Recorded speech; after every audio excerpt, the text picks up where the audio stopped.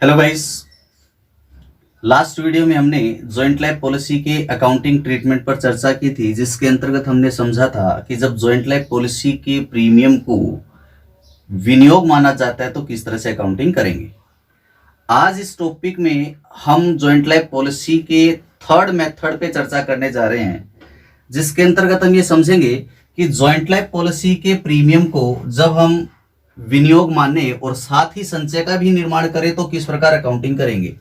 तो क्या लिखना है सर? संयुक्त जीवन बीमा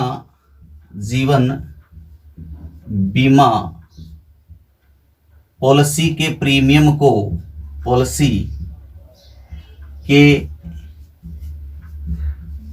को क्या माना जाता है? सर, प्रीमियम को जब हम विनियोग माने, विनियोग का अर्थ क्या है कि हम इसको संपत्ति माने या प्रश्न में कहा जा सकता है पूंजीगत व्यय माने। तो विनियोग, संपत्ति या पूंजीगत व्यय तीनों का एक ही अर्थ होगा।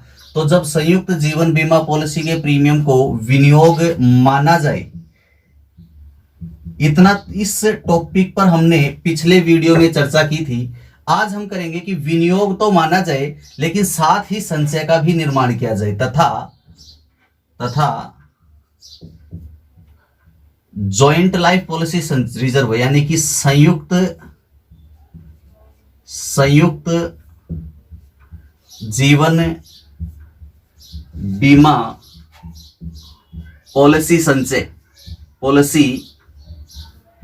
संचय का निर्माण किया जाए।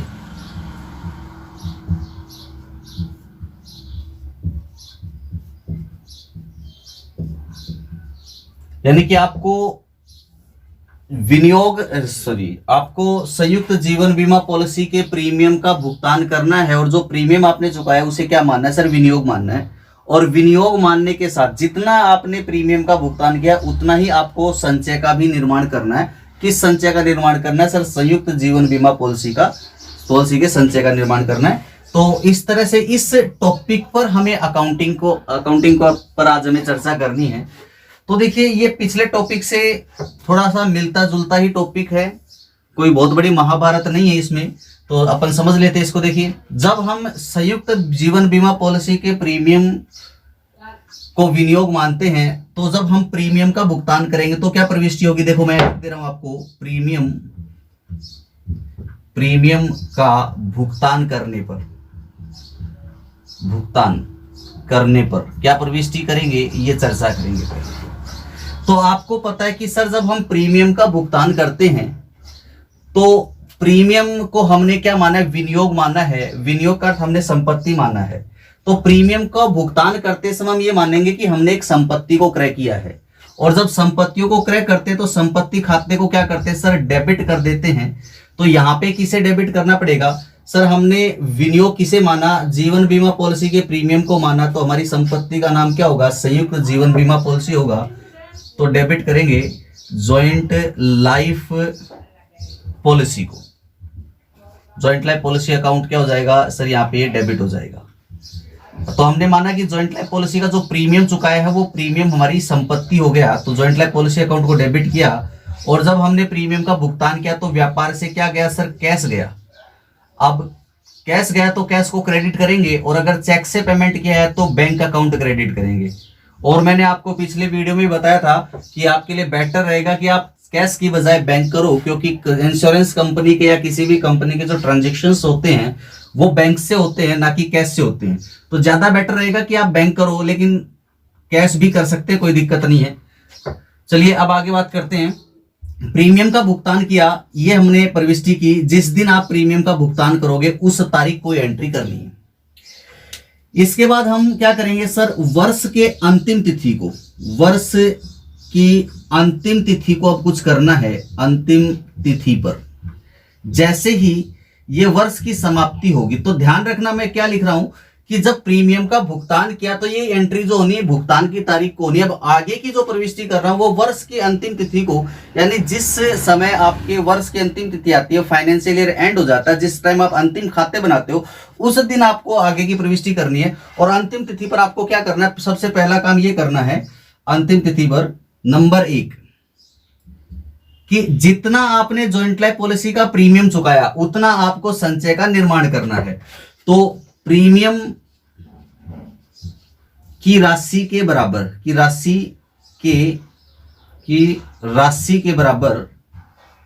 राशि के बराबर संचय का निर्माण किया जाएगा। संचय का निर्माण किया जाएगा। अब बताओ कि जब हम संचय का निर्माण करेंगे तो एंट्री क्या करेंगे। तो देखिए आपको मैं बता देता हूं कि संचय का निर्माण होता है, किसी भी संचय का या किसी भी आयोजन का जो निर्माण होता है वो किससे होता है सर, लाभों से होता है। और पार्टनरशिप के जो लाभ होते हैं उनको हम विभाजन के पर्पज से ट्रांसफर कर देते हैं profit and loss appropriation account में। और जब आपने चैप्टर नंबर 1 पढ़ा होगा तब आपने पढ़ा था कि जब हम लाभों को profit and loss appropriation account में ट्रांसफर करते हैं तो profit and loss appropriation account क्या हो जाता है सर, क्रेडिट हो जाता है। तो यहाँ पे profit and loss appropriation account क्या है सर, पहले से क्रेडिट है और उस एप्रोप्रिएशन से आपको संचय का निर्माण करना है।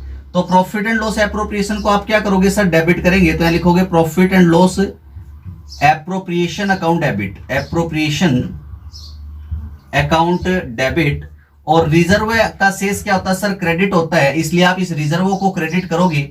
और इस रिजर्व का नाम क्या है sir, joint life policy reserve नाम है इसका, जॉइंट लाइफ पॉलिसी रिजर्व। इस रिजर्व का नाम क्या है sir, joint life policy reserve account इसका नाम है, इसे आप क्रेडिट करोगे।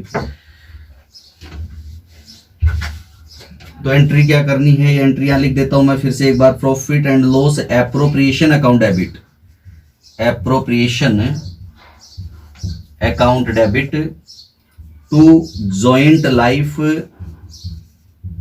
Life policy reserve account.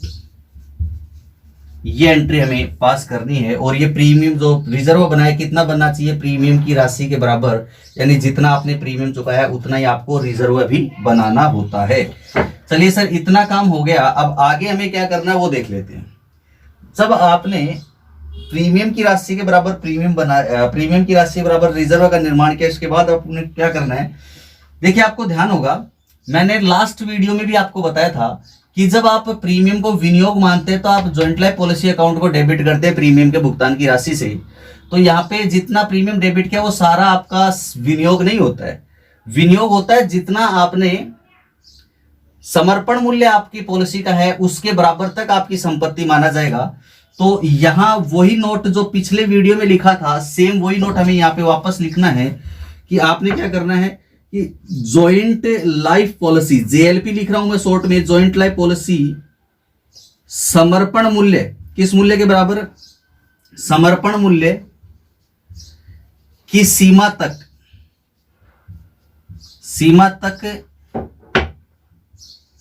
विनियोग या संपत्ति, विनियोग या फिर संपत्ति होते हैं। जॉइंट लाइफ पॉलिसी समर्पण मूल्य की सीमा तक विनियोग या संपत्ति होती है। तो इसका मतलब यह है कि हमें इस जॉइंट लाइफ पॉलिसी खाते के शेष को समर्पण मूल्य तक ही संपत्ति मानना है। इससे अधिक अगर राशि जॉइंट लाइफ पॉलिसी खाते में हमने डेबिट की है तो उसे क्या करना है, अपलिखित कर देना है। एक बात तो आपको ये ध्यान रखनी है। दूसरी बात आपको क्या ध्यान रखनी है सर, दूसरी बात ये यहाँ पे ध्यान रखनी होगी कि जितना आप समर्पण मूल्य में शेष रखोगे उतना ही शेष जॉइंट लाइफ पॉलिसी रिजर्व में भी होगा। तो आपको दूसरी बात ध्यान क्या रखनी है कि जॉइंट लाइफ पॉलिसी रिजर्व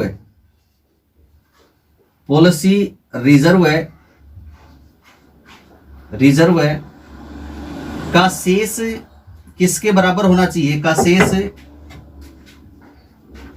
समर्पण मूल्य के बराबर होना चाहिए। इसका शेष भी समर्पण मूल्य के बराबर होना चाहिए, मूल्य के बराबर होता है। क्यों होता है ऐसा, क्यों होता है, क्योंकि देखो आपने संपत्ति मानी थी समर्पण मूल्य के बराबर और आपने जो प्रीमियम के लिए जो प्रीमियम की राशि के बराबर जो संचय का निर्माण किया है तो ये संचय आप उतना ही बैलेंस शीट में दिखा सकते हो जितना कि आपने जॉइंट लाइफ पॉलिसी को बैलेंस शीट में दिखाया है। तो जॉइंट लाइफ पॉलिसी संपत्ति पक्ष में आपकी जिस राशि से आएगी उसी राशि से संचय आपके दायित्व पक्ष में दिखाया जाएगा। तो रिजर्व और जॉइंट लाइफ पॉलिसी ये दोनों खाते समर्पण मूल्य के बराबर राशि से पुस्तकों में खुले हुए रहने चाहिए। तो अब हमें क्या करना है कि जॉइंट लाइफ पॉलिसी खाते के शेष को जो समर्पण मूल्य से अधिक है उसे हमें अपलिखित कर देना है। तो अपलिखित करने के लिए हमें कौन सा खाता काम में लेना पड़ेगा? देखिए आपने पिछले वीडियो में क्या किया था, जॉइंट लाइफ पॉलिसी के शेष को प्रॉफिट एंड लॉस अकाउंट से अपलिखित कर दिया था। अब की बार हमें जॉइंट लाइफ पॉलिसी खाते के शेष को प्रॉफिट एंड लॉस से अपलिखित नहीं करना, क्योंकि जॉइंट लाइफ पॉलिसी को और रिजर्व को दोनों को समान मूल्य पर रखना है। तो यहाँ पे इन दोनों को हमें अपलिखित करना पड़ेगा एक दूसरे से। तो देखिए मैंने क्या लिखा है यहाँ पे, जॉइंट लाइफ पॉलिसी के समर्पण मूल्य से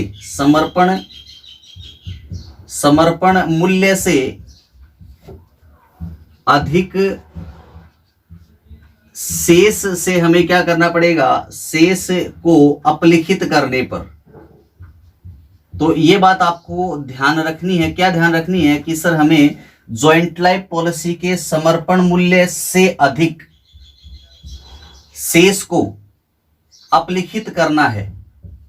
तो क्या करोगे, देखिए मैं आपको बता देता हूं कि जब आप जॉइंट लाइफ पॉलिसी के समर्पण मूल्य से शेष को अधिक शेष को अपलिखित करेंगे तो आपने जॉइंट लाइफ पॉलिसी खाता डेबिट था, अब इसे डेबिट से क्या करना पड़ेगा सर, क्रेडिट करना पड़ेगा, क्योंकि इसका जो शेष अधिक शेष है उसे हम अपलिखित कर रहे हैं। तो मैंने यहाँ क्रेडिट किया to joint life policy account. इसको तो मैंने यहाँ क्या किया सर, आपने यहाँ पे इसको क्रेडिट कर दिया। और किससे अपलिखित करूं, पीछे आपने क्या किया था लास्ट वीडियो में, इस शेष को लाभ हानि खाते से अपलिखित किया था। लेकिन अब हमें क्या करना है, देखो जितना आपने यहाँ पे शेष जॉइंट लाइफ पॉलिसी खाते में रखना है उतना ही शेष आपको जॉइंट लाइफ पॉलिसी रिजर्व में रखना है। तो आपको यहाँ पे जॉइंट लाइफ पॉलिसी रिजर्व से इसको अपलिखित करना पड़ेगा। रिजर्व क्या था, क्रेडिट था, तो उतनी अधिक की राशि से रिजर्व में भी शेष है, तो इस रिजर्व को आप अपलिखित करेंगे। तो यहां लिखेंगे joint life policy reserve account, policy reserve account. इसको आपको यहाँ पे डेबिट करना पड़ेगा। इसमें जो अधिक की राशि है उससे आप ये प्रविष्टि करेंगे। इसके बाद हमें क्या करना है कि सर ये जो 3 प्रविष्टियां हमने की है, ये 3 प्रविष्टियां हमेशा किस समान होती रहेगी, प्रतिवर्ष होती रहेंगी 3 प्रविष्टियां। लेकिन जिस वर्ष साझेदार की मृत्यु हो जाती है उस वर्ष क्या किया जाएगा, तो साझेदार की मृत्यु होने पर, साझेदार की मृत्यु होने पर, तो आप ध्यान रखेंगे कि जिस वर्ष भी साझेदार की मृत्यु हो जाएगी उस वर्ष हमें क्या करना पड़ेगा सर, ये जॉइंट लाइफ पॉलिसी जो साझेदार के जीवन पे हमने ली है, इस पॉलिसी को हम समर्पित करेंगे, यानी कि पॉलिसी मैच्योर हो जाएगी। तो जब ये पॉलिसी मैच्योर होगी तो हम एंट्री क्या करेंगे, इंश्योरेंस कंपनी अकाउंट डेबिट।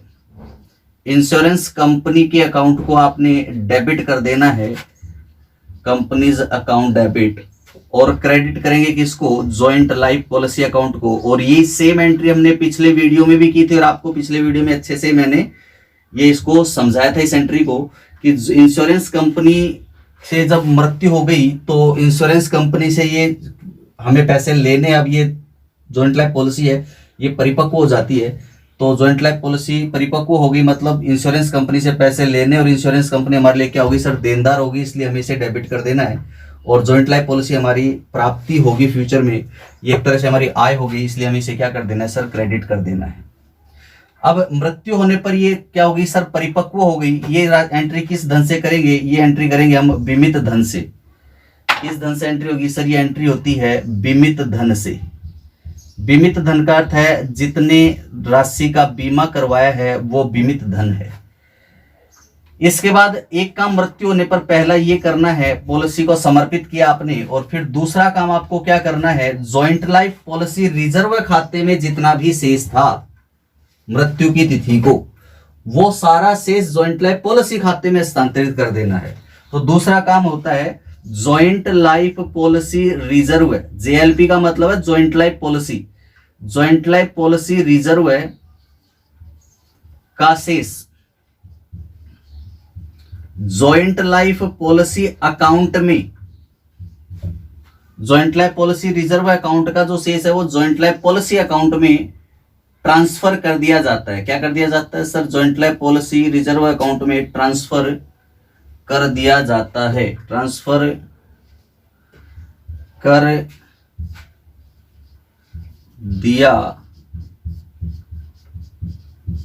जाता है। अब देखिए हमें क्या करेंगे कि सर यहाँ पे जॉइंट लाइफ पॉलिसी रिजर्व का शेष जॉइंट लाइफ पॉलिसी में ट्रांसफर करना है।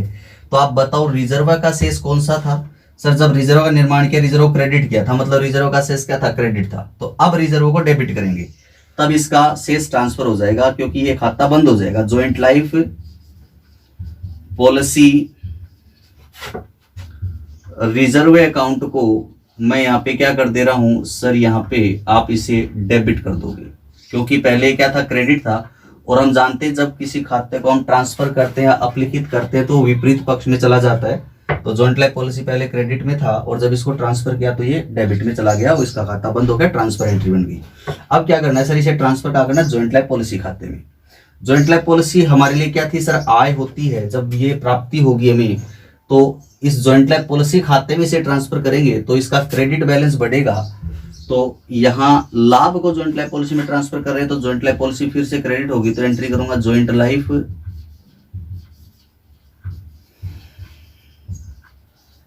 Policy account. तो ये जॉइंट लाइफ पॉलिसी को के शेष को ट्रांसफर करने की एंट्री होगी। अच्छा जी, अब जॉइंट लाइफ पॉलिसी के शेष को ट्रांसफर करने के बाद हमें क्या करना है कि सर आपने जहां पे यहाँ जॉइंट लाइफ पॉलिसी के शेष को इसमें ट्रांसफर किया, इसके बाद अब जॉइंट लाइफ पॉलिसी खाते में कोई शेष हो तो उस शेष को साझेदारों में उनके लाभांश अनुपात में बांटना। लेकिन उससे पहले इंश्योरेंस कंपनी से क्लेम हमें लेना है कि नहीं लेना? तो पहले उससे पहले हम क्लेम लेने की एंट्री कर देते हैं। तो बीमा कंपनी से बीमित धन प्राप्त होने पर, बीमा कंपनी से बीमित धन प्राप्त होने पर, तो जब आपको बीमा कंपनी से बीमित धन प्राप्त होगा तो आपके पास कैश आई तो आप कैश अकाउंट को डेबिट कर दोगे, चेक मिला तो आप बैंक अकाउंट को डेबिट करोगे। और किससे मिला सर? ये इंश्योरेंस कंपनी से पैसा मिला तो इंश्योरेंस कंपनी को क्रेडिट करेंगे, क्योंकि इंश्योरेंस कंपनी कौन है सर? गिवर हो गई, यानी देने वाली है। और आप जानते हैं कि देने वाले को हमें क्या करना होता है? क्रेडिट करना होता है। तो जो बीमित धन प्राप्त होगा उससे एंट्री करेंगे कैश या bank account debit to insurance company account. अब इसके बाद लास्ट जो एंट्री आपको फोर्थ एंट्री यहाँ पे करनी है, ये थर्ड एंट्री हो गई थी यहाँ पे। अब जो फोर्थ और लास्ट जो एंट्री आपको यहाँ करनी है वो क्या करनी है कि सर जॉइंट लाइफ पॉलिसी खाते का जो भी शेष होगा उसे साझेदारों में विभाजित करना है। तो एक एंट्री बची है, जगह अपने पास है नहीं, तो चलिए आप इसका स्क्रीनशॉट लीजिए एक बार, फिर अपन एक एंट्री यहाँ पे करते हैं। फिर आई थिंक आपने स्क्रीनशॉट ले लिया होगा, तो चलिए एंट्री करते हैं नेक्स्ट।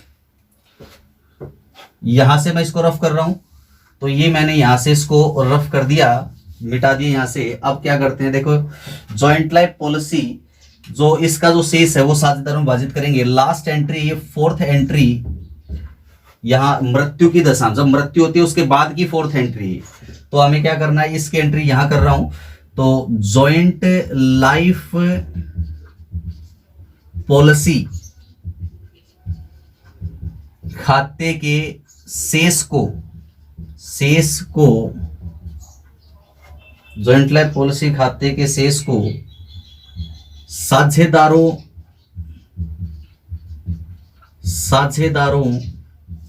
में विभाजित कर दिया जाता है। तो साझेदारों में विभाजित करने पर तो बताओ साझेदारों में जब इसको विभाजित करेंगे तो क्या प्रविष्टि करेंगे सर? जॉइंट लाइफ पॉलिसी का जो शेष होगा वो क्रेडिट ही होगा। क्रेडिट क्यों होगा? क्रेडिट होने के रीजन देखिए, यहाँ पे जब जॉइंट लाइफ पॉलिसी आपको मिली तो आपने इसे क्या किया? क्रेडिट किया। यहाँ आपने जॉइंट लाइफ पॉलिसी को जब प्रीमियम चुकाया था तब हमने क्या किया था? डेबिट किया था। और फिर समर्पण मूल्य के बराबर पॉलिसी हमने अपने पास रखी थी पुस्तकों में, शेष राशि को हमने अपलिखित कर दिया। इसका मतलब समर्पण मूल्य से जो जॉइंट लाइफ पॉलिसी का शेष आपने रख रखा था वो आपका डेबिट शेष था, क्योंकि संपत्ति माना था आपने उसे, तो जॉइंट लाइफ पॉलिसी का डेबिट शेष समर्पण मूल्य के बराबर होगा। और जितना समर्पण मूल्य था उतना ही आपने रिजर्व बनाया था, और रिजर्व को आपने जॉइंट लाइफ पॉलिसी में जब ट्रांसफर किया तो जॉइंट लाइफ पॉलिसी खाता फिर क्रेडिट हो गया। समर्पण मूल्य से यहाँ क्रेडिट हुआ, समर्पण मूल्य से पहले से डेबिट हो रखा जॉइंट लाइफ पॉलिसी अकाउंट में, तो यहाँ तो इसका बैलेंस हो गया नील। फिर आपको जब बीमा कंपनी से इसकी परिपक्वता तिथि पर आपने एंट्री की तो जॉइंट लाइफ पॉलिसी खाता क्रेडिट हुआ, तो कौन सा शेष हुआ, अब क्रेडिट शेष बचेगा। फाइनली आप जब क्वेश्चन करोगे तो आपको पता लग जाएगा कि जॉइंट लाइफ पॉलिसी खाते का क्रेडिट शेष ही आएगा आपको। तो क्रेडिट शेष आने पर आप जॉइंट लाइफ पॉलिसी को जब साझेदार में विभाजित करोगे तो क्रेडिट से क्या करना पड़ेगा, डेबिट करना पड़ेगा। तो आप एंट्री में लिखोगे joint life policy account debit. क्या लिखेंगे sir, joint life policy account को हम डेबिट करेंगे, joint life policy account debit. और क्रेडिट किसको करना है सर, हमें क्रेडिट करना है joint life policy account debit to. किसे क्रेडिट करोगे सर, साझेदारों में जब इसे विभाजित करना है तो साझेदारों के पूंजी खातों को हम यहाँ पे क्रेडिट करेंगे all partners capital account, all partners capital account, इसे हमें क्रेडिट करना पड़ेगा। और ये कौन से अनुपात में क्रेडिट होगा सर, ये क्रेडिट होगा अपना जो है पुराने अनुपात में। कौन से अनुपात में सर, पुराने अनुपात में ये क्रेडिट होगा इसका शेष। ये बात आपको ध्यान रखनी है। आई थिंक इतनी बात आपको समझ में आ गई होगी। जॉइंट लाइफ पॉलिसी का अकाउंटिंग ट्रीटमेंट हम क्या करेंगे, किस तरह से जनरल प्रविष्टियां बनाएंगे जब प्रीमियम को विनियोग माना जाए और संचय का निर्माण किया जाए। तो आपको क्या करना है, इन एंट्री का आप इसका स्क्रीनशॉट लीजिए। लास्ट एंट्री हमने ये वाली लास्ट एंट्री की है, ये अपनी लास्ट एंट्री थी, इसका स्क्रीनशॉट ले लिया होगा आपने। अच्छे से इस टॉपिक को, इन एंट्रीज को एक बार अच्छे से आज आप तैयार करेंगे। मिलते हैं अब नेक्स्ट वीडियो में इसके न्यूमेरिकल क्वेश्चन के साथ। Thank you very much.